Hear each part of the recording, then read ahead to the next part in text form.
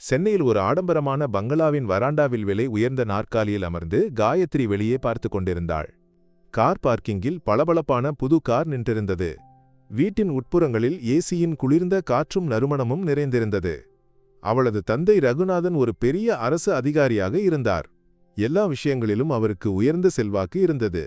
அந்த பணமும் செல்வாக்கும் ஒரே மகளான காயத்ரியை ஒரு சாதாரண பெண்ணிலிருந்து ஒரு அரண்மனையின் இளவரசியாக மாற்றியது. அவளைச் சுற்றி எப்போதுமே பணத்தின் பளபளப்பு இருந்தது. அதை பார்த்துத்தான் அவள் வளர்ந்தாள். சிறு வயதிலிருந்தே அவள் விரும்பியதெல்லாம் ஒரு வார்த்தையில் கிடைத்துவிடும். தங்க நகைகள் விலை உயர்ந்த ஆடைகள், வெளிநாட்டு பயணங்கள். அவளது வாழ்க்கை ஒரு கனவைப் போல இருந்தது. இந்த ஆடம்பர வாழ்க்கை அவளை மேலும் ஆணவக்காரியாக மாற்றியது.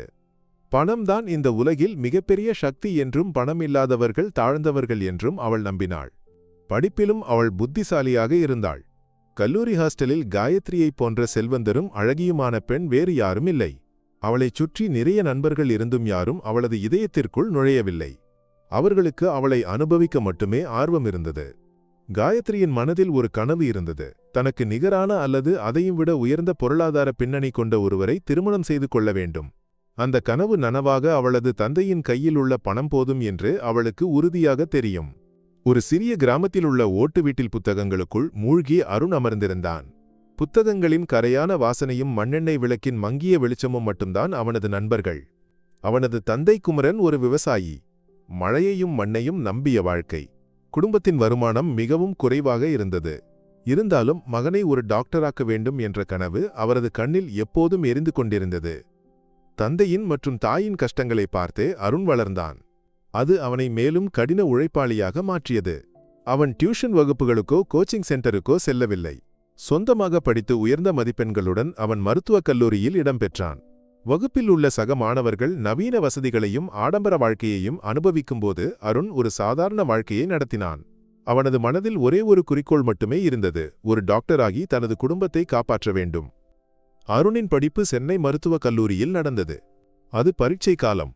புத்தகங்களுடன் கேண்டீனில் அமர்ந்திருந்தபோது கூட படிக்கும் ஒருவர் காயத்ரியை அறிமுகப்படுத்தினார். இது காயத்ரி நம்ம கல்லூரியில்தான் படிக்கிறாள். அப்புறம் சென்னையில ஒரு பெரிய வீட்டிலிருந்து வந்த பெண். அவன் சொன்னபோதே காயத்ரியின் முகத்தில் ஒரு இகழ்ச்சியை கண்டான். ஓ, ஒரு சாதாரணனா? காயத்ரி கேட்டாள். அருணுக்கு ஆச்சரியமாக இருந்தது. அவனது எளிமை அவளை கவரவில்லை, மாறாக கேலி செய்ய தூண்டியது. ஆனால் அருணின் குணம் அவளை திகைக்க வைத்தது. ஒரு டாக்டராக வேண்டும் என்பதற்கான அவனது கடின உழைப்பு, அவனது எளிமையான சிந்தனைகள். அருண் பேசும்போது காயத்ரி அவனை கவனித்தாள். தன்னைச் சுற்றியுள்ள பணக்காரர்களைப் போல் அவன் இல்லை. அருணின் தனிப்பட்ட குணம் அவளுக்கு ஒரு புதிய உலகத்தை திறந்துவிட்டது. அவர்கள் நண்பர்களானார்கள். நட்பு வளர்ந்தபோது காயத்ரியின் மனம் மாறியது.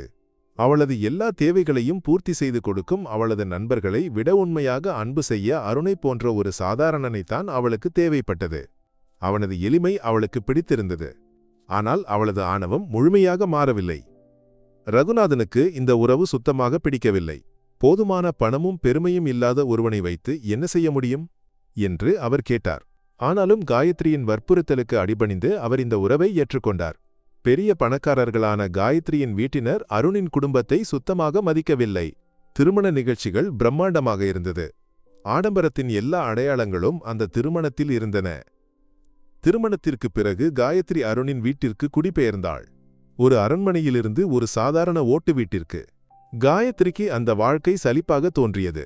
காலை 5 மணிக்கு எழுந்து வீட்டு வேலைகள் செய்யும் அருணின் தாயும், வெயிலையும் மழையையும் பொறுத்து விவசாயம் செய்யும் தந்தையும்.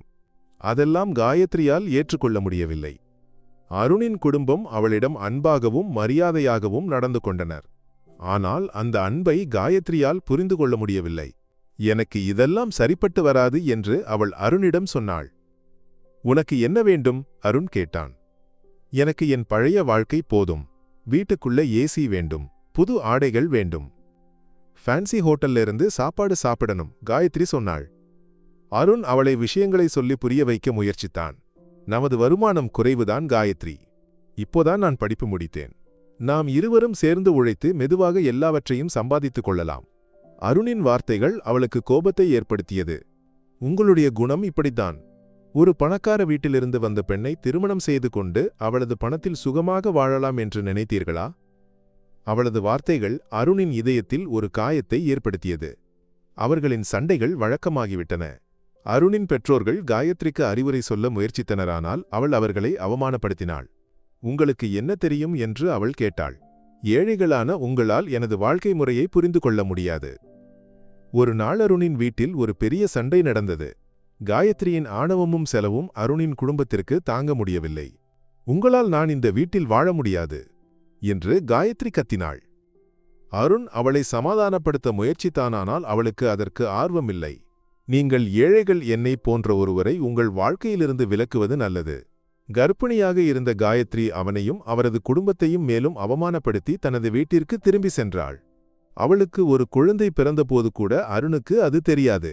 சிறிது காலத்திலே காயத்ரி அருணிடம் இருந்து விவாகரத்து பெற்றாள். அருண் மொத்தமாக உடைந்து போனான். அவனது இதயத்தில் ஒரு வெறுமை உணர்வு ஏற்பட்டது. நிறைய நம்பிக்கைகளுடன் தொடங்கிய வாழ்க்கை இப்படி முடிந்ததில் அவன் வருத்தப்பட்டான். ஆண்டுகள் கடந்து சென்றன. அருண் தனது வாழ்க்கை முழுவதையும் வேலைக்கு அர்ப்பணித்தான். அவன் ஒரு டாக்டரானான். அவன் வெளிநாடு செல்ல கிடைத்த வாய்ப்பை மறுத்து கேரளாவிலேயே தொடர்ந்தான். அவன் திருவனந்தபுரத்திலுள்ள ஒரு பிரபலமான மருத்துவமனையில் வேலை செய்தான். அவனது எளிமையும் திறமையும் காரணமாக அவன் மக்களிடையே மிகவும் பிரியமானவனாக மாறினான். அதே நேரத்தில் காயத்ரி தனது மகனுடன் ஒரு ஆடம்பர வாழ்க்கையை நடத்தினாள். பணத்திற்கு குறைவில்லை. ஆனால் அவளுக்கு ஏதோ ஒன்று இழந்தது போல் தோன்றியது. அவளுக்கு எல்லாமே இருந்ததுவானால் அவளது வாழ்க்கைக்கு முழுமை இல்லை. ஒருநாள் காயத்ரி தனது 2வது பிரசவத்திற்காக மருத்துவமனையில் அனுமதிக்கப்பட்டாள். கடுமையான வலியில் அவள் அலறினாள். டாக்டர்கள் அவளது அறைக்கு வந்தபோது அவள் அதிர்ந்து போனாள். அது அருண். அவனது எளிமை அப்படியே இருந்தது. ஆனால் அவன் ஒரு சாதாரணனாக இல்லை, மாறாக பிரபலமான ஒரு டாக்டராக இருந்தார். அருண் அவளை பார்த்தும் எதுவும் சொல்லவில்லை. அவன் அவளுக்கு சிகிச்சை அளித்தான். அருண் நீண்ட நேரம் அவளது அருகில் நிற்கவில்லை. தனது முன்னாள் மனைவியின் வலி அவனை வருத்தப்படுத்தியது. டாக்டர் என்னால் தாங்க முடியவில்லை. வலியோடு அவள் அருணிடம் சொன்னாள். அருண் அவளை ஆறுதல் படுத்தினான். பிரசவ நேரத்தில் காயத்ரிக்கு கடுமையான இரத்தப்போக்கு ஏற்பட்டது. டாக்டர்கள் அவளுக்கு உடனடியாக இரத்தம் கொடுக்க வேண்டும் என்று சொன்னார்கள். ஆனால் அவளது இரத்த வகை O- இரத்த வங்கியில் கிடைக்கவில்லை. அருண் உடனே தனது இரத்த வகையை பதிவு செய்தான். எனது இரத்த வகை O- ஆகும். நான் இரத்தம் கொடுக்கிறேன். டாக்டர்கள் ஆச்சரியத்துடன் அருணை பார்த்தனர். சார், இது ஒரு அவசர நிலை. எனக்கு தெரியும், அருண் சொன்னான். அவள் எனது முன்னாள் மனைவி. இரத்தம் கொடுத்து காயத்ரியின் உயிரை காப்பாற்றினான். பிரசவத்திற்கு பிறகு காயத்ரி கண்ணை திறந்தாள். அருண் அவளது அருகில் நின்று கொண்டிருந்தான். அருண், என்னை காப்பாற்றியது நீங்களா என்று அவள் கேட்டாள். அருண் எதுவும் சொல்லவில்லை. காயத்ரியின் கண்களிலிருந்து கண்ணீர் வழிந்தது. அவளுக்கு எல்லாம் புரிந்தது. எவ்வளவு பெரிய தவறு செய்திருக்கிறோம் என்று அவளுக்கு புரிந்தது. என்னை மன்னித்து விடுங்கள் அருண். நான் உங்களிடம் செய்ததெல்லாம் தவறு. எனது ஆணவம் காரணமாக உங்களுக்கும் உங்கள் குடும்பத்திற்கும் மனதை காயப்படுத்தினேன். நான் பணத்திற்கு கொடுத்த முக்கியத்துவத்தை உறவுகளுக்கு கொடுக்கவில்லை. அவளது வார்த்தைகள் அருணின் மனதை வருத்தப்படுத்தின. இப்போது எதற்கு இதையெல்லாம் சொல்ல வேண்டும் காயத்ரி? அருண் கேட்டான். நாம் எல்லாவற்றையும் இழந்துவிட்டோம். காயத்ரிக்கு மிகவும் வருத்தம் ஏற்பட்டது. எனது பழைய தவறுகளை நான் திருத்த விரும்புகிறேன் அருண். எனக்கு எனது கணவரையும் குழந்தையையும் வேண்டும். என்னை மீண்டும் ஏற்றுக்கொள்ளுங்கள். அருண் அவளை பார்த்தான். அவளுக்கு வாழ்க்கையில் ஒரு நல்ல மாற்றம் வந்திருக்கிறது. காயத்ரியின் கண்களில் நிறைய மனவருத்தத்தை கண்டான். அவனது மனதில் நிறைய வலி இருந்தது. ஆனாலும் அவன் அந்த வலிகளையெல்லாம் மறந்து காயத்ரியை மீண்டும் ஏற்றுக்கொள்ள தீர்மானித்தான். அவன் அதை செய்தது அவர்களுக்கு பிறந்த குழந்தையின் எதிர்காலத்தை நினைத்து மட்டும்தான். காயத்ரி தனது கணவனும் குழந்தையும் குடும்பமும் உடன் ஒரு புதிய வாழ்க்கையை தொடங்கினாள். இந்த முறை அவள் ஆணவக்காரியாக இல்லை. அருணின் மற்றும் அவனது பெற்றோர்களின் அன்பை அவள் புரிந்து கொண்டாள். பணத்தை விட உறவுகள்தான் விலைமதிப்பற்றது என்று அவள் புரிந்து கொண்டாள். பழைய தவறுகளை திருத்தி அவள் அருணின் வீட்டில் மகிழ்ச்சியாக வாழ்ந்தாள். பணத்தின் பெயரால் ஒருவரையும் குடும்பத்தையும் அவமானப்படுத்தக்கூடாது என்ற ஒரு பெரிய பாடத்தை அவள் கற்றுக்கொண்டாள்.